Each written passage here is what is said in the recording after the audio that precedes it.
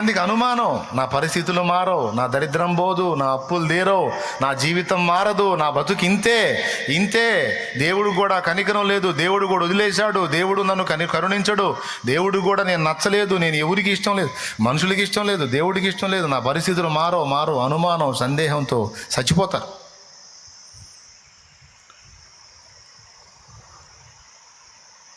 మారో అంటే అదే నమ్మారు.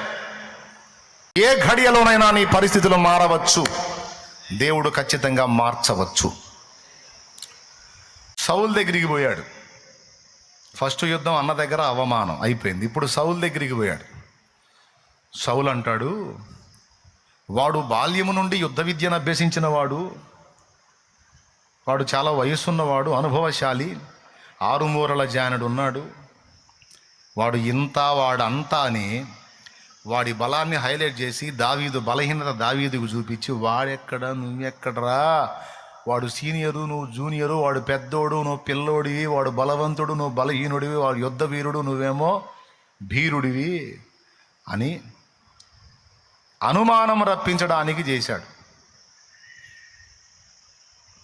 సౌల్లో ఉన్న ఏ డౌట్స్ అయితే ఉన్నాయో అవన్నీ కూడా దావీదుకు పంపిణీ చేశాడు, దావీదు మనసులోకి. అవునా కాదా? క్లియర్గా ఉందా లేదా? ఎవరిని పొగిడాడు సౌలు?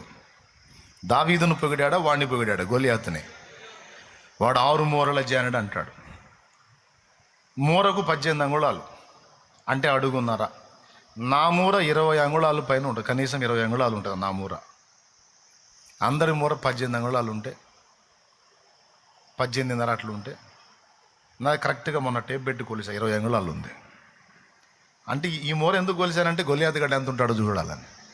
దేవునికి స్తోత్రం. టేప్ దొరికితే ప్రయోగాలు చేస్తుంటాను. కరెక్ట్గా 20 అంగుళాలు ఉంది. అంటే 20 అంగుళాలు అంటే 4 అంగుళాలు తక్కువగా 2 అడుగులు. అట్లాగా వాడు 6 మూరలు ఉన్నాడు, 6 మూరల జానుడు. కనీసం 11 అడుగులు ఉన్నాడండి వాడు. 11 అడుగులు. 5.5 అడుగోడు వాడి ముందు నిలబడితే డబల్ ఉన్నాడు. ఇట్ట చూడాలి ఇక వాడిని స్తంభాన్ని చూసినట్టు. అందుకని సౌలు అంత కలవరపోయింది. వీడేంద్ర ఇంత పొడుగున్నాడు, ఇంత లావు ఉన్నాడు, ఇంత ఎత్తున్నాడు, ఇంత బలవంతుడైనాడు, అన్ని కవచాలు పెట్టుకున్నాడు, అన్నీ చెప్పాడు. వాడు యుద్ధ తంత్రాలు తెలిసినోడు, నీకు తెలియదు. వాడు కవచాలు పెట్టుకున్నాడు, నీ కవచాలు లేవు. వాడు సూర్యుడు, నీవేం గొర్రెలు కాచుకునేవాడివి, నీకేం తెలియదు, నువ్వు బాలుడివి, నువ్వు చిన్నోడివి, నువ్వు పిల్లోడివి, నీ వల్ల ఏమైద్ది. మనం ఏదైనా గొప్ప కార్యాలు మునుకుంటే కొంతమంది నలాల వీక్నెస్ తెప్పిస్తారుగా. అనుమానాలు పుట్టిస్తాడు సాతాను. అక్కడ కూడా దావీదు దులిపేశాడు. సార్, వాడెంత పొడుగుంటే నాకెందుకు, నేనెంత పొట్టిగుంటే నాకెందుకు, యుద్ధం చేసే దేవుడు. నేను ఆధారపడింది నా ఎత్తు మీదో వాడెత్తు మీదో కాదు, నా దేవుని హైట్ మీద ఆధారపడ్డా. నేను ఆధారపడింది నా బలం మీదో ఇంకొకటి బలం మీదో కాదు, నా దేవుని బలం మీద ఆధారపడ్డా. నేను ఆధారపడింది నా కవచాల మీద, నా భద్రతల మీద కాదు, నా దేవుడే నాకు ప్రాకారం అనుకున్నా. నా జ్ఞానం మీద కాదు సార్, నా దేవుని జ్ఞానం మీద, నా అనుభవం మీద కాదు, నా దేవుని అనుభవం మీద నేను ఆధారపడ్డ. పర్మిషన్ ఇరా స్వామి, నేను పోయి యుద్ధం చేస్తానని చెప్పాడు. అప్పటికి ఇతనికి మనశాంతి లేక, నా కవచాలు దొడుక్కొని ఆయన అన్నాడు. ఆయనేమో 7 అడుగులు ఉంటాడు, ఈయనేమో 6 కూడా ఉండిలేనట్టు ఉంటాడు. 7 అడుగులు కవచాలు, 6 అడుగులు ఏం సరిపోతాయి, లూజ్ కావు. అవి 2 తగిలిచ్చేసరికి, సార్ ఈ మోసుకొని ఆడికి పోయేసరికి కూలబడతా, వద్దు తీయండి సార్, నాకు సెట్ కాలేదని తీపిచ్చా. దేవునికి స్తోత్రం. ఏం అవసరం లేదు సార్, నేను పోతా, నీకెందుకు వాడిని వైనం చేస్తాను, నా దేవుడు ఉన్నాడు నాకు తోడుగా, వదిలేసాను.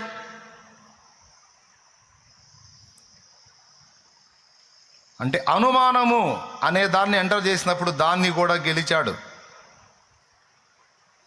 ఫస్ట్ యుద్ధం అక్కడే జరిగింది. తీరా యుద్ధ భూమిలో పోతే వాడంటాడు, వాడు కూడా అనుమానం పుట్టిడానికి, నేనేమన్నా కుక్కను అనుకున్నావు రా, కర్ర తీసుకొని వస్తున్నావు నా మీదికి, నేనేం కుక్కను అనుకున్నావా, నా మీదకి యుద్ధానికి వస్తున్నాడంటే వాడెవడో అనుకున్నావు. నువ్వేందిరా భూమికి జానాడు లేవు, నువ్వు రావటం ఏంది? వాడు చేయాల్సిన మానసిక దాడి వాడు చేశాడు, కానీ వాటిని కూడా జయించి నిలబడ్డాడు. కాబట్టి ముందు మానసిక యుద్ధంలో గెలిచాడు కాబట్టే భౌతిక యుద్ధంలో ఒకే ఒక్క దెబ్బలో వాడిని కూలగొట్టాడు.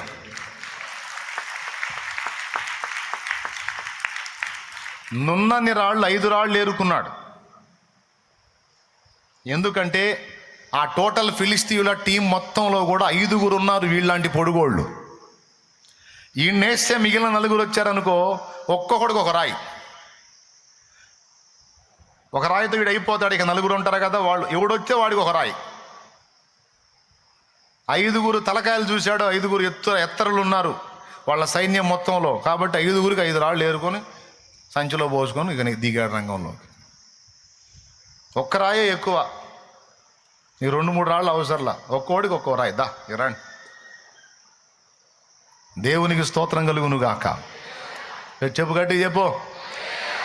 ప్రియమైన బిడ్డ, మానసిక యుద్ధములో ఎప్పుడైతే నువ్వు గెలవగలుగుతావో, అప్పుడు భౌతికమైన పోరాటములో ఖచ్చితంగా గెలుస్తావు, విజయం పొందుతావు.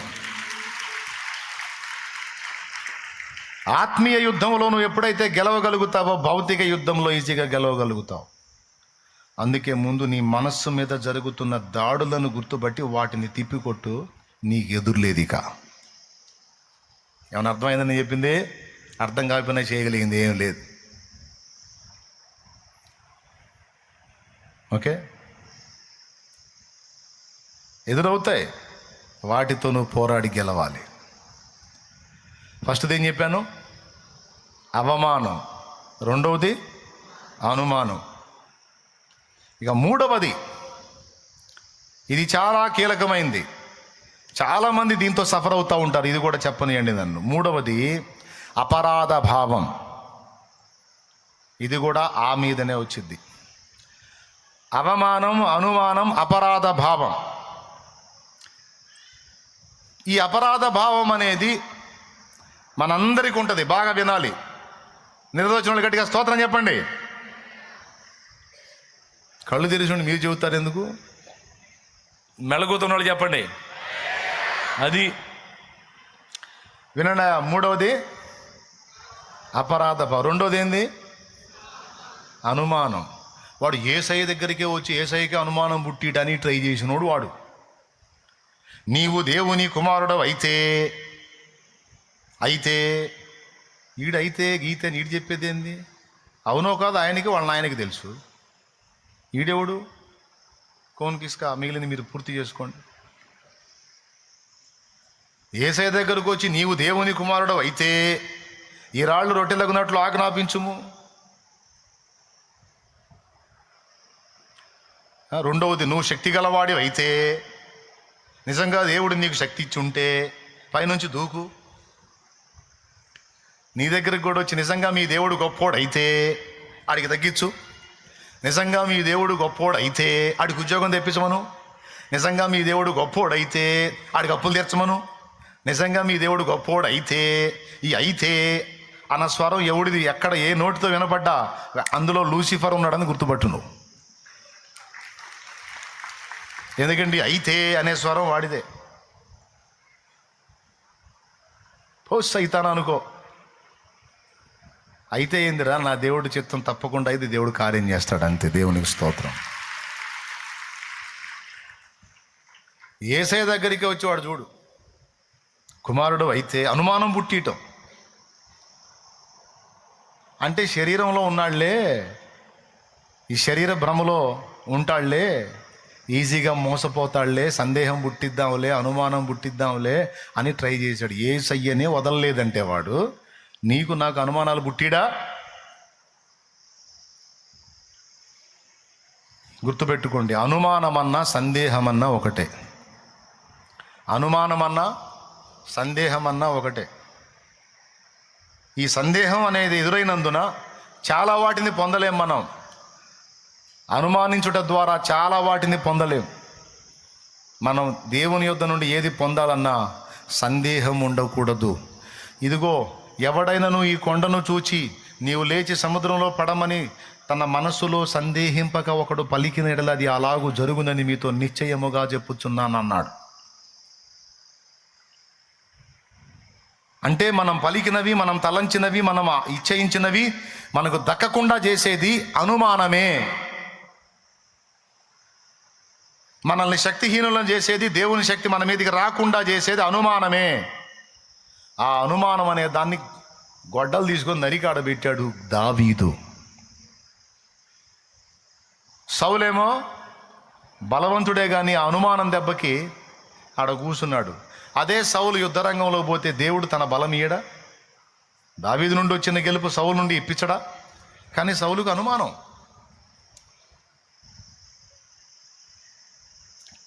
దావీదుకేమో అనుమానం లేదు, సందేహం లేదు. దేవుడు నాకు తోడై ఉన్నాడు, నేను యుద్ధభూమికి వెళ్తే దేవుడే నాకు గెలిపిస్తాడు.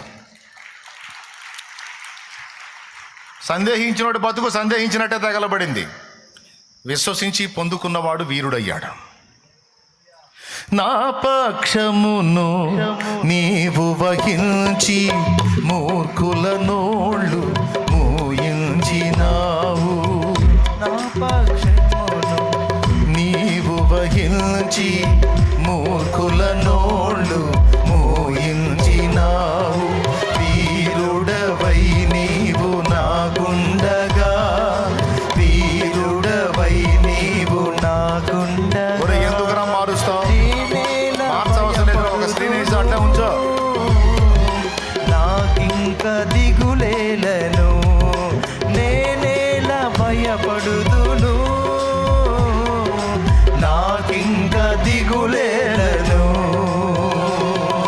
సైన్యములకు అధిపతి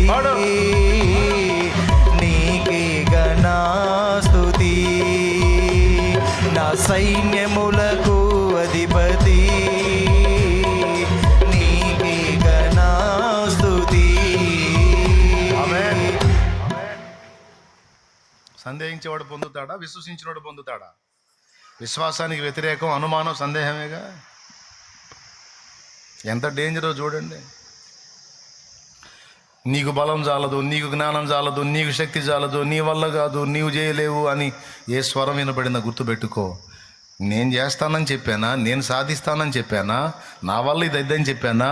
ఇవన్నీ నా వల్ల కాదు, నాకెవరు తోడై ఉన్నారో ఆయన వల్ల జరిగిద్దని చెప్తున్నాను నేను. నా దేవుడు బలవంతుడు అని చెప్తున్నా.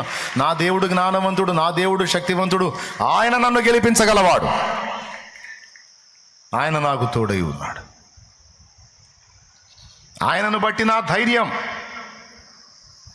అని నీవు పలికి మనస్సుని సిద్ధపరచుకోవాలి. వాడు నీ మనస్సుని వేటాడినప్పుడు దేవుని గండ్రగొడ్డలతో వాడు తెచ్చే అనుమానాలు, సందేహాలను తుత్తునియలు చేయాలి. ఏమైనా అర్థమైందని చెప్పింది. మూడవది అపరాధ భావం అన్నాను. ఈ అపరాధ భావం ఎంత అవసరమో అంత ప్రమాదం కూడా. అవసరం అన్నావు, ప్రమాదం అన్నావు. అపరాధ భావం అవసరమా అంటే కొంతమందికి అపరాధ భావమే ఉండదు. ఎంత పెద్ద తప్పు చేసి కూడా ఇంత ఫీలింగ్ లేకుండా బతికేస్తారు. అంటే వాళ్ళ మనస్సాక్షి అసలు పనిచేయట్లా. అట్లా వాడే గెలుస్తాడు సైతాన్. కొంతమందికి మనస్సాక్షి పనిచేసిద్ది కానీ అతిగా పనిచేసిద్ది, అట్లా కూడా సైతానే గెలుస్తాడు. వాడు ముందే చెప్పా, తంత్రగొట్టువాడు. నీకు అసలు అపరాధ భావమే లేకపోయినా వాడే గెలుస్తాడు. అపరాధ భావం ఉండి అతి అయినా కూడా వాడే గెలుస్తాడు. అతి అన్నాను, ఎందుకన్నానో చెప్తా. ఉదాహరణకి, నువ్వు ఇతరులకు సువార్త చెప్పి, బాగా వినాలి, లైవ్లో ఉన్నోళ్ళు కూడా వినండి. నువ్వు 10 మందికి సువార్త చెప్పి 10 ఆత్మల్ని రక్షించాలని నడుంగట్టావు. నువ్వు ఎప్పుడైతే దేవుని పని కొరకు, దేవుని చిత్తం నెరవేర్చడం కోసం కొన్ని ఆలోచనలు, కొన్ని ప్రణాళికలు, కొన్ని ఉద్దేశాలు ఏర్పరచుకుంటావో, నువ్వు ఆ ప్రణాళికలు రచించుకుంటా ఉంటే వాడేం చేస్తాడంటే నీ వీక్ పాయింట్స్ లిస్ట్ బయట వేసుకుంటాడు, నీ బలహీనతల లిస్టు బయట వేసుకుంటాడు. బయట వేసుకొని ఎక్కడెక్కడ నువ్వు బెండ్ అవుతావు, ఎక్కడెక్కడ నువ్వు వీక్ అవుతావు, ఎక్కడెక్కడ నువ్వు అడుగులు జారుతావు, ఏ సన్నివేశాలు నీకు ఎదురైతే నువ్వు తప్పు చేసే అవకాశం ఉంది అనే లిస్టు బయట వేసుకొని వాడు ఆ సిచ్యువేషన్స్ క్రియేట్ చేస్తాడు. ఆ సన్నివేశాలు నీకు ఎదురయ్యేటట్టు వాడు చేస్తాడు. ఏది నువ్వు బలహీనపడే సన్నివేశాలు, అది మాట ద్వారానో, తలంపు ద్వారానో, క్రియ ద్వారానో, నడకలోనో, పడకలోనో, నీ సమస్త ప్రవర్తనలో ఎలాంటి సన్నివేశాల్లో, ఎలాంటి ఘట్టాల్లో నువ్వు వీక్ అవుతావో వాడికి తెలుసు. ఇప్పుడు నీ పర్సనల్స్, నీ వీక్ పాయింట్స్ నాకు చెబుతావా? నువ్వు నా వీక్ పాయింట్స్ నీకు చెబుతానా? కానీ ఆదాము నుండి వచ్చినటువంటి మనందరికీ కూడా ఎక్కడో చోట ఏదో ఒక విషయంలో వీక్ పాయింట్ ఉంటుంది. నీతిమంతుడు లేడు, అందరూ చెప్పండి, ఒక్కళ్ళు కూడా వదిలిపెట్టకుండా చెప్పండి. నీతిమంతుడు లేడు, రైట్. ఏ భేదమును లేదు, అందరూ పాపము చేసి అందరా కొందరా, రైట్. కాబట్టి నా యందు అనగా నా శరీరమందు మంచిది ఏది? అన్ని రోమాలోయే, అన్ని రోమాలోయే. 3 నుంచి 7 అధ్యాయాలలోపు విషయాలు. నీతిమంతుడు లేడు, ఒక్కడు లేడు, ఏ భేదము లేదు, అందరూ పాపం చేసి దేవుడు అనుగ్రహించి మహిమను పొందలేకపోయారు.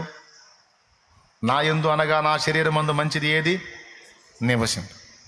ఇప్పుడు ఎంతమంది శరీరమును కలిగి ఉన్నారు, ఎంతమంది ఆత్మలుగా ఉన్నారు? ఆత్మలుగా ఉంటే ఇక్కడ ఎవరికి కనపడతారు? అందరూ శరీరాలే ధరించుకొని ఉన్నారు. శరీరులు అందరూ చేతులు ఎత్తండి, ఆత్మలు ఎత్తకండి, శరీరులు చేతులు ఎత్తండి, రైట్. అందరూ శరీరాలే ధరించుకొని ఉన్నారు. ఆ శరీరాలు ఎందుకో చేతులు ఎత్తలేదు, వారు ఆత్మరూపులు అయ్యారా? మరి ఎందుకని చేతులు ఎత్తరు? రైట్. శరీరులు, అందరూ శరీరులు, రైట్. నా యందు అనగా నా శరీరమందు మంచిది ఏది నివసింపదని పౌలంతటి వాడు అన్నప్పుడు, మరి మీ శరీరం మందు మంచిది ఏదైనా నివసించునా? మీ యందును మీ శరీరం మందును మంచిది ఏది? నా యందును నా శరీరం మందును మంచిది ఏది?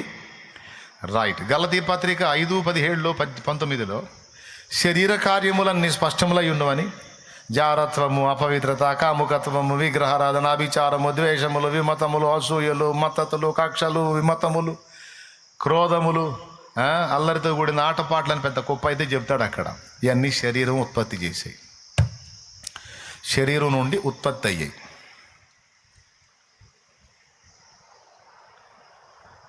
అష్టదరిద్రాలన్నీ నిండున్న శరీరంలో ప్రజెంట్ మనం మనుగడ సాగిస్తున్నాం.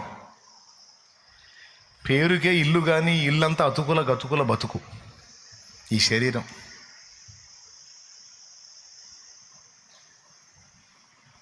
బ్రతుకు బాటలో వెతుకులాటలో,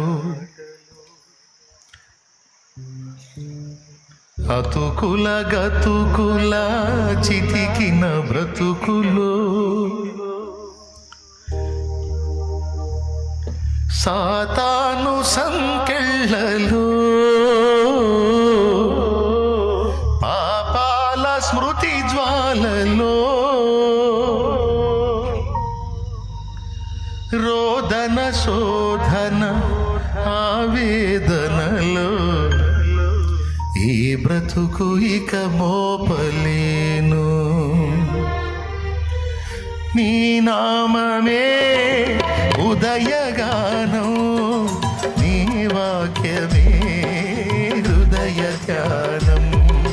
నీ నామమే ఉదయగానం, నీ వాక్యమే హృదయ ధ్యానం.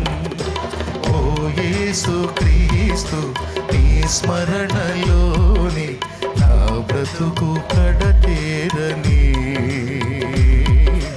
పరలోకమును చేరని. నీ నామమే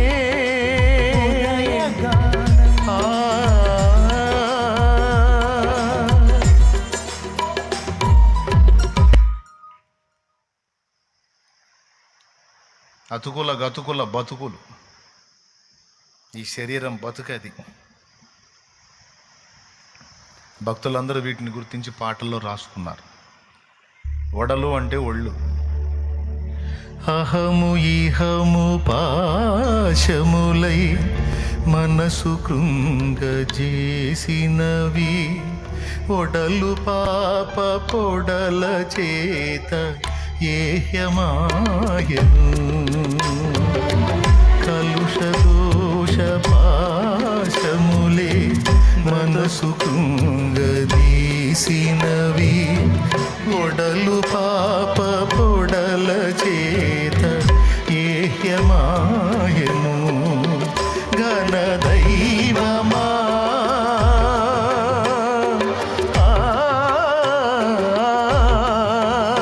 ఘన దైవమా ఈ తరుణమించి శరణమీయుమా.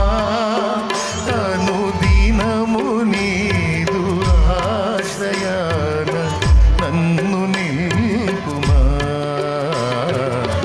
ఆత్మ నింపుమా, జీవాత్మ నింపుమా. భక్తులందరూ ఏడుపదే. పరమ మేలైనది చేయవలెనని కోరిక నాకు కలుగుతున్నది, కానీ అలాగూ చేయుట కలగట్లేదయ్యా. ఎంత జాగ్రత్తగా ఉన్నా ఎక్కడో చోట తేడా పడుతున్నాను, ఎంత భద్రంగా ఉన్నా ఎక్కడో చోట వీక్ అవుతున్నాను దేవా. అయ్యో దేవా, నేను బలహీనుడును, బలహీనురాలనని చాలా ఏడ్చేవాళ్ళు ఉన్నారు, దుఃఖపడేవాళ్ళు ఉన్నారు. మొదటి మాటను బట్టి కొంతమంది చావగోరుతారు, రెండవ మాటను బట్టి కూడా కొంతమంది చావగోరుతారు, అనుమానం ద్వారా కూడా కొంతమంది చేస్తారండి.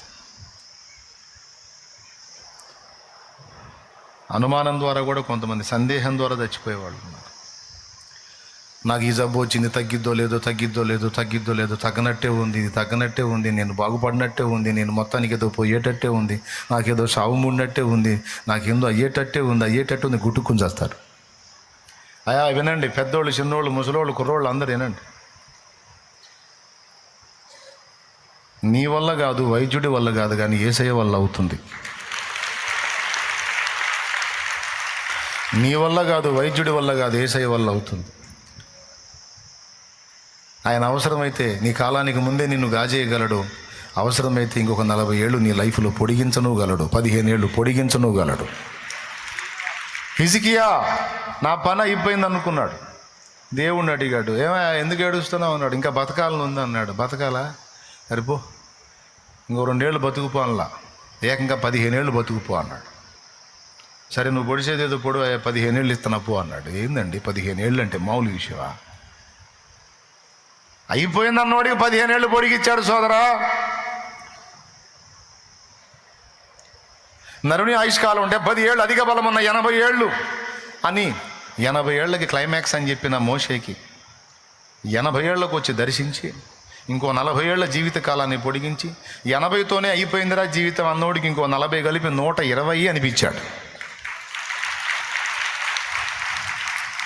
కొంతమందికి అనుమానం, నా పరిస్థితులు మారో, నా దరిద్రం పోదు, నా అప్పులు తీరో, నా జీవితం మారదు, నా బతుకు ఇంతే, దేవుడు కూడా కనికరం లేదు, దేవుడు కూడా వదిలేశాడు, దేవుడు నన్ను కరుణించడు, దేవుడు కూడా నేను నచ్చలేదు, నేను ఎవరికి ఇష్టం లేదు, మనుషులకి ఇష్టం లేదు, దేవుడికి ఇష్టం లేదు, నా పరిస్థితులు మారో అనుమానం, సందేహంతో చచ్చిపోతారు.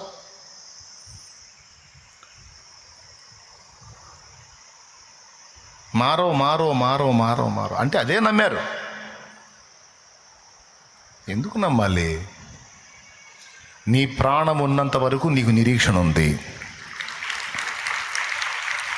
నువ్వు బతికున్నంత వరకు నీకు నిరీక్షణ ఉంది, నీ భూమి మీద దేవుడు ఊహించినంత వరకు నీకు నిరీక్షణ ఉంది. ఏ ఘడియలోనైనా నీ పరిస్థితులు మారవచ్చు, దేవుడు ఖచ్చితంగా మార్చవచ్చు. నువ్వు అదెందుకు నమ్మవు? ఏదైనా విశ్వాసమేగా. మారదు, నేను పోతా, నాకు తగ్గదు, ఇదేరో, ఈ బతికింతే, ఇది మారదు అని ఆయన అనుకోవటం విశ్వాసమే. మారిద్ది, ఖచ్చితంగా స్వస్థపరుస్తాడు, బాగుపడతాను, విడుదల పొందుతాను, నా బాధలు తీరతాయి, నా అప్పులు తీరతాయి, దేవుడు నాకు నూతన జీవితాన్ని ఇస్తాడు అనేది కూడా విశ్వాసమే. నీ దరిద్రం కాకపోతే నువ్వు అలా అనుకునేదేదో ఇలా అనుకో. ఏమయ్యా, అవునా కాదా? ఏదైనా అనుకోవటమేగా. నువ్వు అలా ఎందుకు అనుకుంటున్నావు? సైతానుగాడి ఆలోచన. నువ్వు వాడికి ఎందుకు అవకాశం ఇస్తున్నావు? నేను ఎందుకు ఇంత సేటు కొట్టుకొని చెప్తున్నాను తెలుసా? ఇన్ని మాటలు వింటా కూడా చేస్తున్నారు. అందుకని చెబుతున్నా, ఇంతసేపు గొంతు దించుకొని మొత్తుకొని ఇంత ధైర్యం చెప్పి ఇన్ని రకాలుగా చెప్తున్నా కూడా ఎక్కడో చోట ఏదో ఒక వార్త వస్తానే ఉంది సచ్చారని. కడుపులో మండిపోతుంది. వాళ్ళని మళ్ళీ బతికించి 4 బాధాలనిపిస్తుంది. నేనేం చెప్పాను, ఎందుకు ఇట్లా చేశామని. అందుకు శాలేమన్న ఎందుకు ఇట్లా చెప్తాడు, ఈ విషయాలు ఎందుకు చెప్తాడంటే మైండ్ పోయి కాదు, లేకపోతే వేరే సబ్జెక్ట్ లేక కాదు. ఇప్పుడు హృదయాల పరిస్థితి ఎలా ఉందో దేవుని ఆత్మకు తెలుసు కనుక ఆయన మాట్లాడతాడు. అందుకని ఇక్కడికి వచ్చినప్పుడు ఆయన వశానికి అప్పగించుకొని మాట్లాడతా. లేకపోతే ఏదో సబ్జెక్ట్ చెప్పుకొని మమ అనిపించుకొని పోవచ్చు, అబ్బాయి పండితుడు అనిపించుకొని. ఆ పాండిత్యం ఉడుకు కావాలి, చచ్చేవాడు బతకాలి, అది కావాల్సింది. నా పాండిత్యాలు కాదు, పరిశుద్ధాత్మ స్వరం ప్రజలకు అందాలి. కొడగట్టిగా కొట్టి దేవుని మహింపరుద్దాం.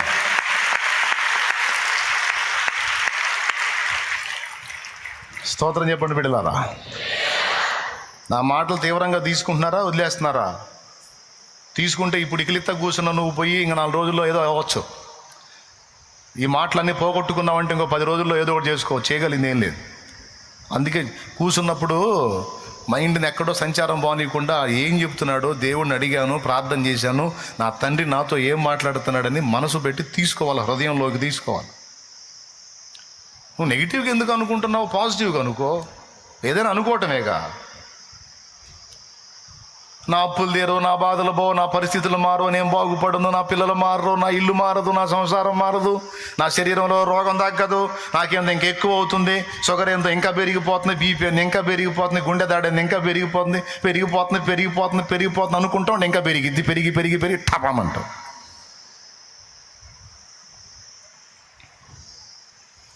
షుగర్ పోయిద్ది, బీపీ పోయిద్ది, గుండె దడ పోయిద్ది, ఆయాసం పోయిద్ది, అన్నీ బాగుపడతాయి. సమస్తాన్ని నూతనపరచగల నా దేవుడు నాకు తోడై ఉన్నాడు.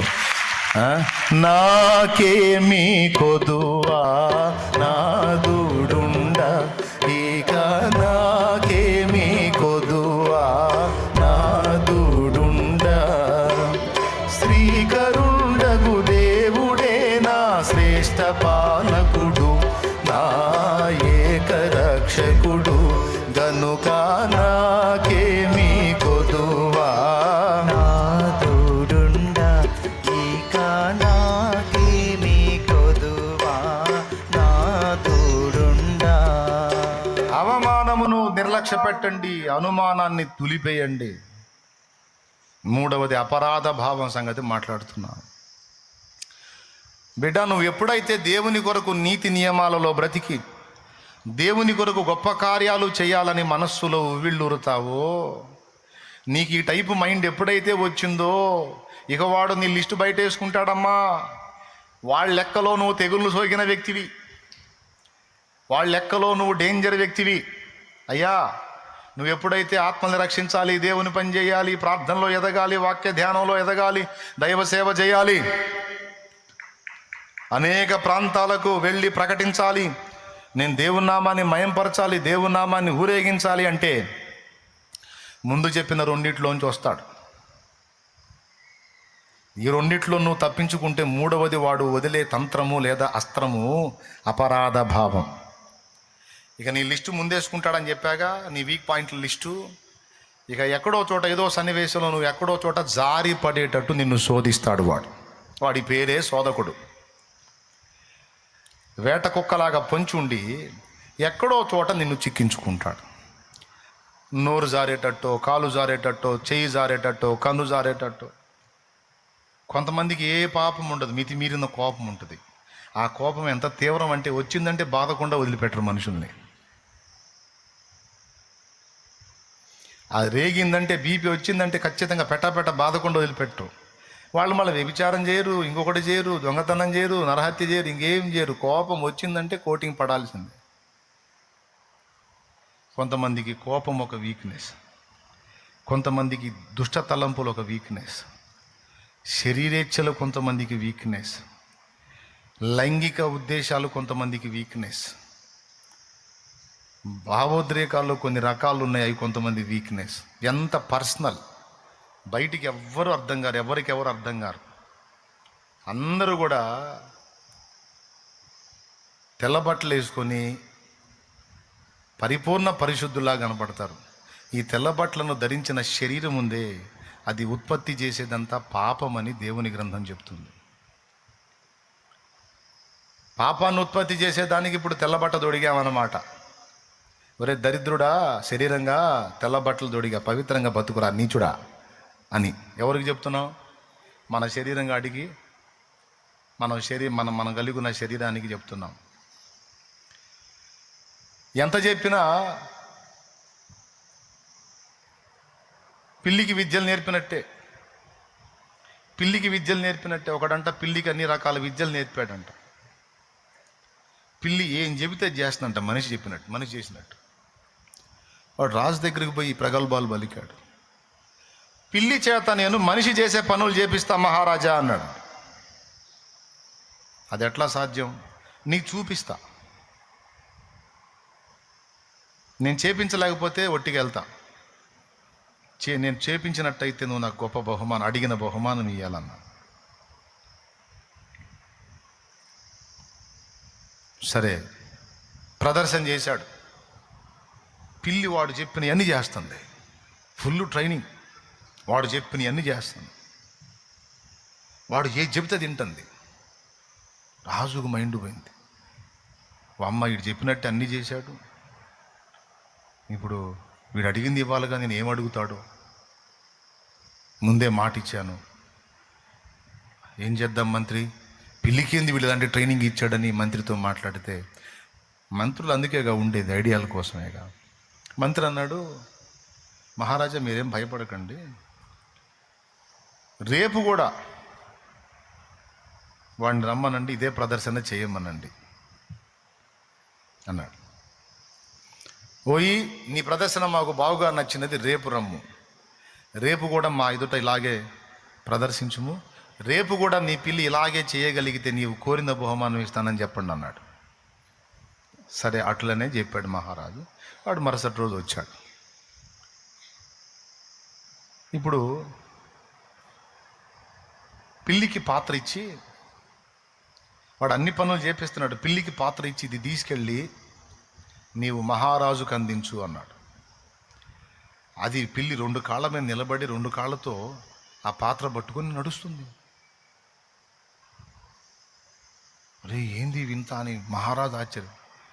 ఈలోపు మంత్రి ఏం చేశాడంటే, ముందే తెచ్చిన ఎలుకను ఒకదాన్ని వదిలాడు దాని కళ్ళ ముందు. ఎలుక కనబడనంత వరకు అది మన మాట వింటది. కుక్క అయినా అంతే. పక్క బజారు కుక్క మన వీధిలో కనబడనంత వరకే మన కుక్క మన మాట వింటది. పక్క బజారు కుక్కలంత ఐక్యత లేదు, కుక్కలంత కొట్లాట లేదు. నిజంగా అండి, కుక్కలంత ఐక్యత లేదు, కుక్కలంత కొట్లాట లేదు. ఇది అరిస్తే పక్క బజార్లో ధరిసిద్దా? ఐక్యత. అలాగా నా బజార్ది ఈ బజారుకు వచ్చిందా? మీకు తెలియదేముంది. ఇక ఏందో దీని ఆస్తంతా అది రాపించుకొని పోయినట్టు అనుకుంటా అస్సలు ఇక అవి ఇక దుమ్ము కొట్టుకుంటు తెలుసుగా మనకి. అది పక్క బజారు కుక్క కనపడినంత వరకే మన కుక్క మన మాట వింటది. అది కనపడిందంటే ఇది వినదిగా, దీని బుద్ధి ఆడ బయటపడిద్ది. పిల్లి కూడా అంతే. ఎలుక కనపడినంత వరకు పిల్లి మన మాట వింటది. ఎలుక కనపడేసరికి ఆ పాత్ర ఆడ పడేసి ఎలుకమ్ముడు బరిగెత్తడం మొదలుపెట్టింది. పిల్లికి వాడు ఎన్ని చెప్పినా తింటల్లా. ఏయ్ రా అంటున్నాడు, పోరా అని చెప్పి ఇక దాని పని అది చేస్తుంది. ఇప్పుడు నేను చేస్తే మీకు నవ్వు వచ్చింది కదా, మన శరీరం చేస్తున్నది అదే. అర్థమైందా? సన్నివేశాలు మనకు ఎదురు కానంత వరకు పిల్లి కానీ అన్ని పనులు చేసినట్టు ఉంటుంది మన తంతు. సన్నివేశాలు ఎదురైనప్పుడు మన అసలు రంగు బయటపడుతుంది, మనలో దాగి ఉన్నటువంటి పాపము వ్యక్తమవుతుంది. ఎంతమంది ఒప్పుకుంటారు? కరెక్టేనన్నా, నన్నెవరు రెచ్చగొట్టపోతే నా అంత మంచిది లేదన్నా, నన్నెవరు కదిలించకపోతే నా అంత మంచోడు లేడని. కానీ పని కట్టుకుని నన్నే వచ్చి కదిలిస్తారు, అది నా బాధ అన్నా. అంటే నీ బుద్ధి ఆడోసాడ బయటపడుతుంది. ఎక్కడ నువ్వు దొరుకుతావో, ఎక్కడ నువ్వు వీక్ అవుతావో, ఎక్కడ నువ్వు బెండ్ అవుతావో ఆ లిస్టు నీ దగ్గర కూడా లేదు, కానీ నీ శత్రువగు సైతానుగాడి దగ్గర ఉంది. ఇది నిజం. ఏమైనా అర్థమైందా నేను చెప్పింది?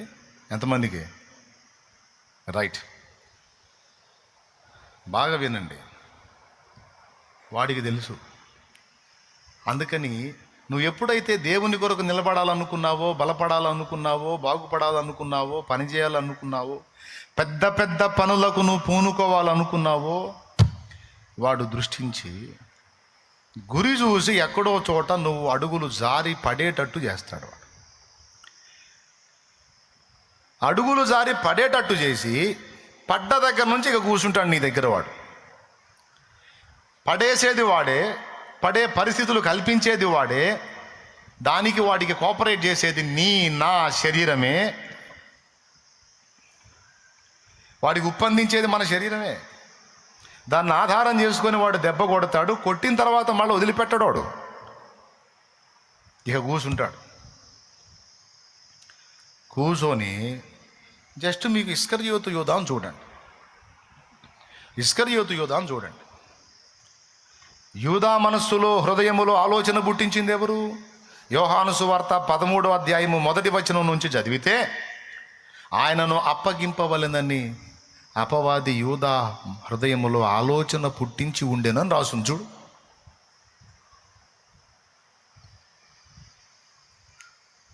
అంటే మనం పడిపోయేటట్టు మనల్ని ఆలోచన పుట్టించి శోధించేది వాడే. మనం పడ్డ తర్వాత అపరాధ భావంతో మనం ఉన్నప్పుడు దాన్ని ఎక్కువ చేసేది వాడే. అపరాధ భావం ఉంటే మంచిదే, కానీ అపరాధ భావం మనల్ని దేవుని పాదాల దగ్గరికి నడిపించాలి, కానీ ఉరికి నడిపించకూడదు, ఆత్మహత్యకు నడిపించకూడదు, బలహీనతకు నడిపించకూడదు. మళ్ళీ చెప్తున్నా, అపరాధ భావం అసలు లేకపోయినా ప్రమాదమే. ఎన్ని పాపాలు చేసి కూడా ఏ ఫీలింగ్ ఉండదు. అలాగని అపరాధ భావం అతి అయినా ప్రమాదమే. ఆ అతి నిన్ను ఉరికొయ్యకు తీసుకెళ్ళిద్ది. నేను ఇంత పని చేశాను, నేను ఇంత అసహ్యమైన క్రియ చేశాను, ఇంత చండాలంగా ఆలోచించాను, నా బుద్ధి ఇంత పాడు బుద్ధి, నేను ఇంత దరిద్రం అనుకోలేదు, నా దగ్గర ఇంత నీచం ఉంది అనుకోలేదు, నేను ఇంత అసహ్యంగా ఉన్నాను అనుకోలేదు, నేను ఇంత చండాలంగా ఆలోచిస్తాను అనుకోలేదు, నేను ఇంత తప్పుడు పని చేస్తాను అనుకోలేదు. ఇంత చేసిన తర్వాత ఇంకా నేను ఎందుకు బతకాలి, నేను పనికిరాను, దేవునికి పనికిరాను, ఇంత పని చేసిన నేను ఇతరులకు సువార్త ఏం చెప్పేది, ఇతరులకు మంచి నేనేం నేర్పేది, నా దగ్గరే ఇంత వీక్నెస్ ఉంది, ఇంత అసహ్యత ఉంది, ఇంత తప్పు ఉంది, ఇంత చండాలపు మనస్తత్వం నాది, నేను ఎట్లా పనికి వస్తాను దేవుని పనికి, అసలు నాలాంటోడు, నాలాంటిది ప్రాణాలతోనే ఉండకూడదు అన్న కాడికి తీసుకెళ్తాడు వాడు. అందుకే చాలా సీరియస్ బిడ్డ ఇది. అపరాధ భావం నిన్ను ఎక్కడికి తీసుకెళ్ళాలి? దేవుని పాదాల దగ్గర తీసుకెళ్ళాలి. దేవా, నేను పొరపాటు పడ్డానయ్యా, నీ రక్తముతో నన్ను గడుగు పరిశుద్ధపరచయ్యా, అయ్యా నన్ను కనికరించయ్యా. శత్రువునై నేనుండిన నాడే నన్ను గావగ బలి అయిన దయాళు. శత్రువునై నేనుండిన నాడే నన్ను గావగ బలి అయిన దయాళు. దాసుని దోషము లెంచకుమయ్యా, దాసుని దోషము లెంచకుమయ్యా, నీవుగాక నన్నెవరు క్షమింతురు, నీవుగాక నన్నెవరు క్షమింతురు, నీవుగాక నన్నెవరు దాతురు, నీవుగాక నన్నెవరు దాతురు. మరి ఒక తరి నేను గాయపరచితిని, ఘోరదురితుడనయ్యా, నీ దయ కోరి నిలిచితినయ్యా. దేవునికి మహిమ. దేవుని పాదాల దగ్గరికి పోవాలి. నేర్చిన జ్ఞానము వ్యర్థం బాయను, తీర్మానము బలహీనం బాయను. నేర్చిన జ్ఞానము వ్యర్థం బాయను, తీర్మానము బలహీనం బాయను. పాప నియమము బలీయం బాయను, పాప నియమము బలీయం బాయను. నాకతి ప్రియమగు నీ ఆజ్ఞలను, నాకతి ప్రియమగు నీ ఆజ్ఞలను తెలిసి తెలిసినే వింతగా మీరితి, తెలిసి తెలిసినే వింతగా మీరితి. మరి ఒక తరి నేను గాయపరిచితిని, ఘోర దురిదుడనయ్యా నీ దయ కోరి నిలిచితినయ్యా. బిడ్డలారా, ఎక్కడికి వెళ్ళాలి నాయన? అడుగులు జారిన వేళ, అపరాధము జరిగిన వేళ, పొరపడిన వేళ, పొరపాటు మీరు పడాలి, లేకపోతే దీన్ని ఆధారం చేసుకొని పాపం చేయాలి అని నేను చెప్పట్లేదు నాయన. ఈ జీవన యాత్రలో జరుగుతున్న పోరాటంలో, నీ మనసు మీద దుష్టుడు చేసే దాడుల్లో, శరీరేచ్ఛలను రెచ్చగొట్టి నిన్ను బలహీనపరచాలని వాడు చేస్తున్న కుట్రలలో, ఎక్కడో చోట, ఏదో ఘట్టంలో, ఏదో సందర్భంలో, ఏదో ఒక విషయంలో నువ్వు డిస్టర్బ్ అయ్యేటువంటి ప్రమాదం ఏర్పడినప్పుడు, శత్రువు నిన్ను శోధించి గెలిచినప్పుడు, వాని నుండి నీవు తప్పించుకోవటానికి యేసయ్య రక్తము, యేసయ్య రెక్కలు, యేసయ్య పాదాలే నీకు ఆశ్రయం, నాకు ఆశ్రయం, మనకు ఆశ్రయం. పాపం చేయొద్దు, అది ఎప్పుడూ మంచిది కాదు. పాపం ఎప్పుడు మనకి ఇబ్బందినే తీసుకొచ్చింది కానీ ఎప్పుడు మంచిని తీసుకురా. కానీ కొన్నిసార్లు మనం టెంప్టేషన్కి గురవుతాం, బలహీనపడతాం, శోధించబడతాం, డిస్టర్బ్ అవుతాం. చేయొద్దు అని జాగ్రత్తగానే మనల్ని మనం భద్రం చేసుకుంటాం. కానీ కొన్ని సన్నివేశాలు వాడు మన ముందుకు తీసుకొచ్చి మన అడుగులు జారున్నట్లు మనల్ని శోధిస్తాడు. అలాంటి తరుణములు ఎదురైనా కూడా బిడ్డ, నీవు నేను మనం గ్రహించాల్సిందంటే యేసయ్య రెక్కల కిందికి పరిగెత్తాలి. ఈ జగమొక పెను మృగతృష్ణయని బాగుగా ఎరిగితి, పరులకు నేర్పితి. మృగతృష్ణ అంటే తెలుసా? ఎండమావి అని అర్థం. ఈ జగం ఒక ఎండమావి లాంటిది. ఇందులో దాహం ఎంత తీర్చుకోవడానికి ట్రై చేసినా దాహం తీరదు, తృప్తి కలగదు. ఈ లోకం అలాంటిది, ఈ శరీరం అలాంటిది. తినుట చేత కడుపు తృప్తి చెందదు, వినుట చేత చెవి తృప్తి చెందదు, చూచుట చేత కన్ను తృప్తి చెందదు, అనుభవించుట చేత శరీరము తృప్తి చెందదు. దాన్ని తృప్తి పెట్టే కొద్ది ఇంకా ఎక్కువ అవుతుంటుంది, దాన్ని సంతోష పెట్టే కొద్ది ఇంకా వాంఛలు అధికమవుతాయి తప్ప కంట్రోల్ కావు. ఈ జగమొక పెను, పెను అంటే పెద్ద, మృగతృష్ణయని అంటే ఇదో ఈ జగం ఒక పెద్ద ఎండమావి అని, బాగుగా ఎరిగితి, పరులకు నేర్పితి. అయినను నామది వ్యర్థత కొరకే, అయినను నామది వ్యర్థత కొరకే, పరుగులు తీయగా చోద్యం బాయను. అది పనికిరాంది కదా, పనికి మాలింది కదా, హేయమైంది కదా అని తెలుసు. నేను ఎరుగున్నాను, ఇతరులకు కూడా నేర్పాను, పెద్ద పెద్ద వాక్యాలు చెప్పాను, పెద్ద పెద్ద మాటలు చెప్పాను. అన్నీ చెప్పి నేను మళ్ళీ వ్యర్థమైన దానికోసం ఆరాటపడుతున్నా. నాకు అది దక్కలేదు, ఇది దక్కలేదని అందుకోవటానికి, పొందుకోవటానికి ఆలోచన వస్తుంది నాకు. దేవా, ఏమైంది నాకు? ఎందుకు ఇది వ్యర్థమైందని తెలిసి కూడా దాని వైపుకే నా మనసు లాగుతుంది? నాకు ఆశ్చర్యం నాయనా. ఈ జగమొక పెను మృగతృష్ణయని, బాగుగా ఎరిగితి, పరులకు నేర్పితి. ఈ జగమొక పెను మృగతృష్ణయని, బాగుగా ఎరిగితి, పరులకు నేర్పితి. అయినను నామది వ్యర్థత కొరకే, అయినను నామది వ్యర్థత కొరకే, పరుగులు తీయగా చోద్యం బాయను.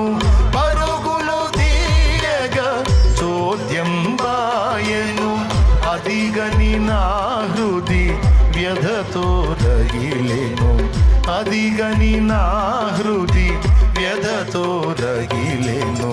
మరి ఒక తరి నిన్ను గాయపరచితిని, ఘోర దురితుడనయ్యా, నీ దయ కోరి నిలిచితినయ్యా.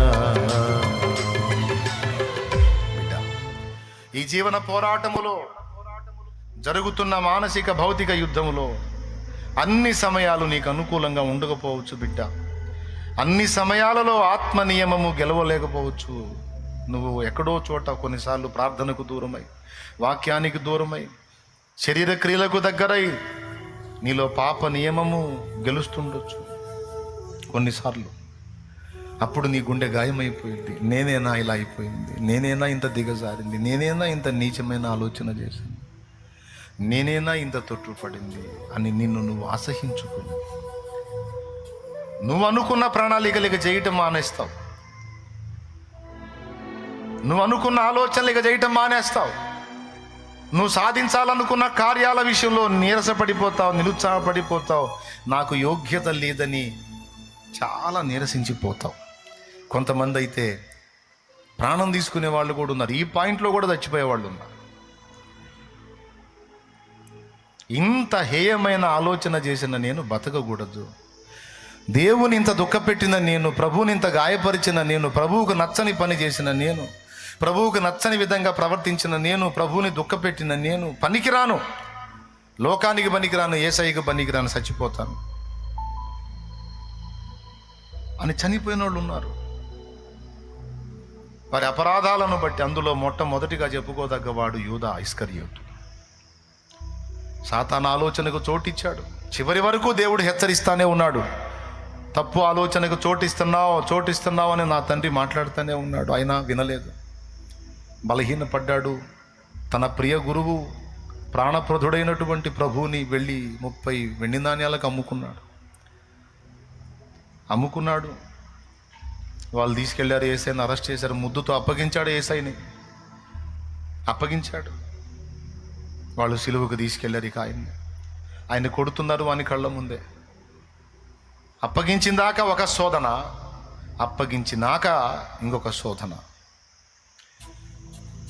పాపం చేసిందాక ఒక శోధన, పాపం చేసినాక ఇంకొక శోధన. ప్రభువుని వాని కళ్ళ ముందే కొడుతుంటే, రక్తం గారేటట్టు కొడుతుంటే వాని హృదయంలో కదలిక వచ్చింది. అరే, నేను తప్పు చేశాను, నేను పాపం చేశాను, పెద్ద మహాపాపం చేశాను. ఆయన చేత విరిచి ఇచ్చిన రొట్టెలు తిన్నాను, దుర్మార్గుణ్ణి. ఆయన ఉపదేశం విన్నాను, ఆయన ప్రక్కలో పండుకున్నాను. ఆఖరికి ఇందాక కూడా రొట్టె విరిచి నాకు ఇచ్చాడు నా ప్రభు. నా కడుపు నింపాడు నా ప్రభు. నన్ను ప్రేమించాడు నా ప్రభు. నేను దొంగనని తెలిసి కూడా నాకే సొమ్ము సంచిచ్చాడు. అంతము వరకు నా ప్రభు నన్ను ప్రేమించాడు. నేనెందుకు ఇంత నీచమైన పని చేశాను, నేనెందుకు ఇంత అపరాధం చేశాను, నేనెంత పాపిని అని ఏడవటం మొదలుపెట్టాను. ఏడ్చి యేసయ్య దగ్గరికి వస్తే ఒక రకంగా ఉండేది. ఏడుస్తూ అధికారుల దగ్గరికి వెళ్ళాడు, యాజకుల దగ్గరికి వెళ్ళి, మీ డబ్బు మీరు తీసుకోండి, నేను నిరపరాధ రక్తమును అప్పగించి తిని ఆయనను వదిలిపెట్టండి అన్నాడు. మేము ఇవ్వాల్సింది ఇచ్చాం, చేయాల్సింది చేశాం, బా ఇంకా జరగదు అన్నారు. ఏం చేయాలో వాడికి అర్థం కాల. ఆ సొమ్ము తీసుకెళ్ళి దేవాలయంలో విసిరివేసి, ఇక ఎక్కువైపోతుంది వాడికి అపరాధ భావం, ఎక్కువ అవుతున్నప్పుడు వానికి ప్రభువు కనపడలా. వాని మనసుకు చావు కనపడింది. ఇక చావే శరణం, చావే కరెక్టు, చావే ముఖ్యం, చావే. సాతాను కుట్ర. చేసినంతసేపు ఒక శోధన, చేసినాక ఇంకొక శోధన. చచ్చిపో. ప్రభువు నిన్ను క్షమించుడు, దేవుడు నిన్ను వదిలిపెట్టడు, నువ్వు దుర్మార్గుడివి, దుష్టుడివి, నువ్వు మామూలుడివి కాదు, నువ్వు అంత పని చేసావు, ఇంత పని చేసావు, ఏసయ్యను అప్పచెప్పేశావు. నీ మనసు దగ్గర కూడా వచ్చి నువ్వు ఇంత పని చేసావు, ఏసయ్యను దుఃఖపెట్టావు, ఏసయ్యని గాయపరిచావు, ఏసయ్య కళ్ళ ముందు నువ్వు తప్పు చేసావు, నువ్వు అట్లా చేసావు, నువ్వు ఇట్లా చేసావు, నువ్వు ఇలా అన్నావు, ఇలా ఆలోచన చేసావు, నువ్వు అలా చేసావు, ఇలా చేసావని నువ్వు చిన్న పొరపాటు చేసినా దాన్ని భూతద్దంలో చూపించి నీ మనసు కృంగి నీ అంతటా నువ్వే చావుని వెతికేటట్టు దేవుని ముందుకెళ్ళి హృదయపూర్వకంగా దేవా నన్ను చంపు, దేవుడు ముందుకెళ్ళి కూడా క్షమించు కాదు నన్ను చంపు అనే పరిస్థితికి నువ్వు వచ్చేటట్టు చేస్తావు. ఏమైనా అర్థమవుతుందా నేను చెప్పేది? ఎంతమందికి? దానికి వాడు అపరాధ భావమును వాడుకుంటాడు. ఇక అప్పుడేం జరుగుతుందో తెలుసా? ఈ అపరాధ భావం ఎప్పుడైతే నీలోకి వచ్చిందో 2 జరుగుతాయి. ఒకటి, నువ్వు చేయాలనుకున్న దేవుని పని ఆగిపోయింది. ఇక మనస్సాక్షి ఒప్పుకోదు. ఎవరికన్నా యేసయ్య గురించి చెప్పబోతే నువ్వు బాగున్నావా, నువ్వు కరెక్ట్గా ఉన్నావా, వాడు చూడు ఎట్లా వేస్తాడో లంకె, పక్కన ఎట్టేస్తాడో చూడువాడు. నువ్వు బాగున్నావా, నీ పద్ధతులు నువ్వు మార్చుకున్నావా, అసలు నీకు మారు మనసు ఉందా, అసలు నువ్వు క్రమంగా ఉన్నావా, నువ్వే వంకర టింకరగా ఉండి నువ్వు ఎదుటోడికి నీతులు చెప్తున్నావు, నోరు మూసుకోరా పుల్లయ్య అంటాడు. ఎక్కడ జరిగింది ఇది? బయట ఎవడో వచ్చి చెప్పడు, నీ మనసులో నుంచే వాడు ప్రేరేపిస్తాడు. ఇక అది నీకు వచ్చినప్పుడు ఆటోమేటిక్గా సౌండ్ డౌన్ అయింది. చెప్దాం అనుకొని కూడా నా బతికే బాగలేదు, నేనే వంకర టింకరగా ఉన్నాను, ఏం చెబుదాంలే అని సర్దుకుంటాం. అబద్ధాలు ఆడకుండా చెప్పండి, ఇలాంటి శోధనలు మీకు వచ్చినాయా రాలేదా? వస్తే చేతులు ఎత్తండి. లైవ్లో ఉన్నవాళ్ళు, జూమ్లో ఉన్నవాళ్ళు కూడా చేతులు ఎత్తండి. నాకు వచ్చిందన్నయ్య ఇట్లాంటి పరిస్థితి, నేనే సరిగా లేను, నేను ఇంకెదుటి వాళ్ళకి ఏం చెప్పేది, నేనే సరిగా లేను, నేను ఇంకెదుటి వాళ్ళకి మంచి నేను బోధించేది. నీ మనస్సాక్షి నిన్ను పొడిచిద్ది, అట్లా వాడు నిన్ను శోధిస్తాడు. ఇక నువ్వు సువార్త చెప్పలేవు, ప్రశాంతంగా ప్రార్థన చేయలేవు, వాక్యం దగ్గరకు పోలేవు ధైర్యంగా. దేవుని పనిలో పాలిభాగస్తురాలు చూడండి, ఒక్క అపరాధ భావం తీవ్రమైతే ఎన్నిటికి గండి పడుతుందో చూడు. ఏమో టైంపాస్ కోసం చెప్పట్లా నేను, చాలా సీరియస్ మ్యాటర్ ఇది.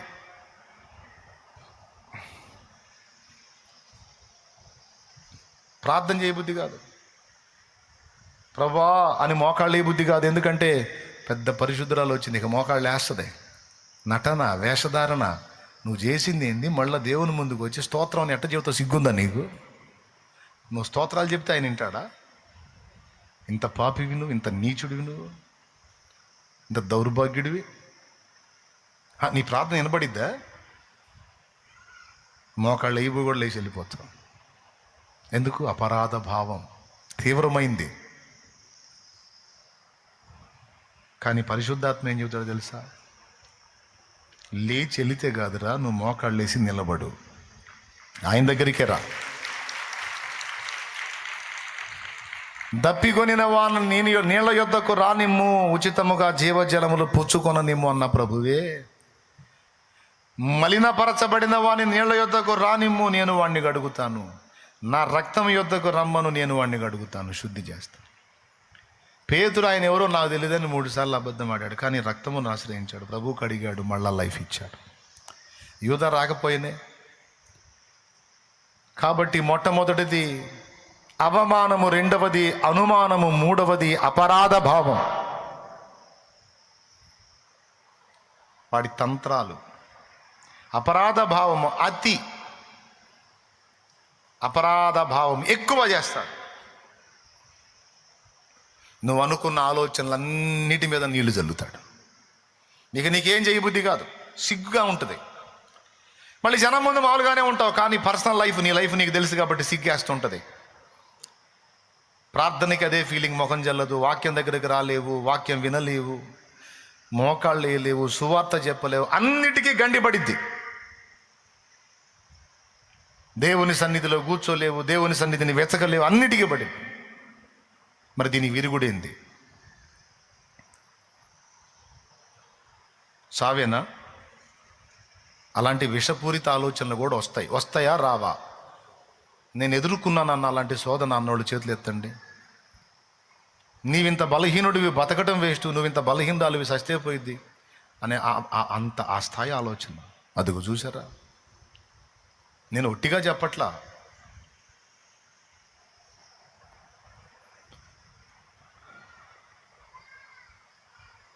పరిశుద్ధాత్ముడు మన హృదయములను ఎరిగిన వాడు ఆయన. అందుకు మాట్లాడుతున్నాడు దేవుడు, నువ్వు చేయవలసిన పని ఏమిటంటే చావు కోసము లేకపోతే ప్రార్థనకు దూరంగా అయిపోవటమో, దేవునికి దూరంగా అయిపోవటమో కాదు.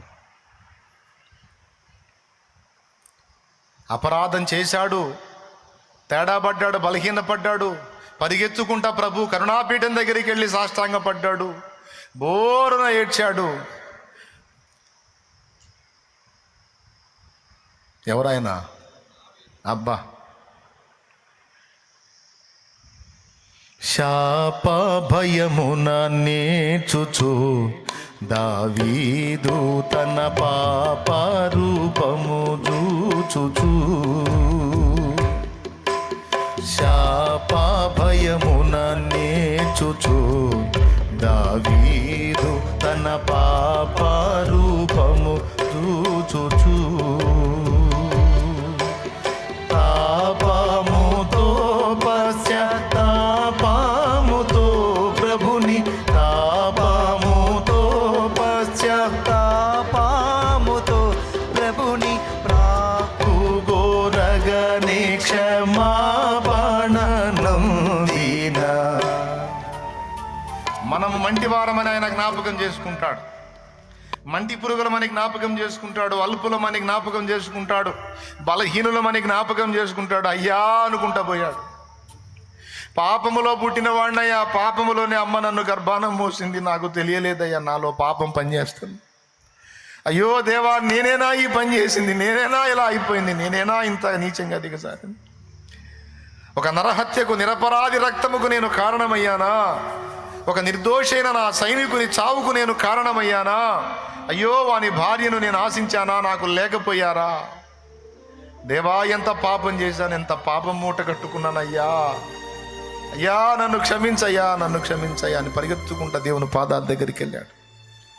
దావీదును గూర్చి దేవుడు అన్నాడు, నా చిత్తానుసారమైన మనస్సు గలవాడని. దేవుని చిత్తానుసారమైన మనస్సులో అతిక్రమము జరిగినప్పుడు దేవుని పాదముల యొద్దకు పరిగెత్తే అలవాటు ఉంటుంది. చావుకో, తాడుకో, చీరకో, చున్నీకో కాదు, ఉరికొయ్యకు కాదు, ఉరికి కాదు పోవాల్సింది. ఆయన పాదాల దగ్గరికి పోవాలి, ఆయన పాదాలు పట్టుకోవాలి, గట్టిగా ఏడవాలి. దేవా నేను కోరుకోలేదు, నేను అనుకోలేదు, నేను నీ బిడ్డగా నీతిగా పరిశుద్ధంగా పవిత్రంగా రోషంగా అగ్నిగా బతుకుదామను, కానీ దురదృష్టవశమున శోధన కాలమందు నేను బలహీనపడితే నీ ప్రభు నన్ను క్షమించు ప్రభు, నన్ను అసహించుకోవని నేను అనుకుంటున్నాను, నన్ను అర్థం చేసుకోయ్యా.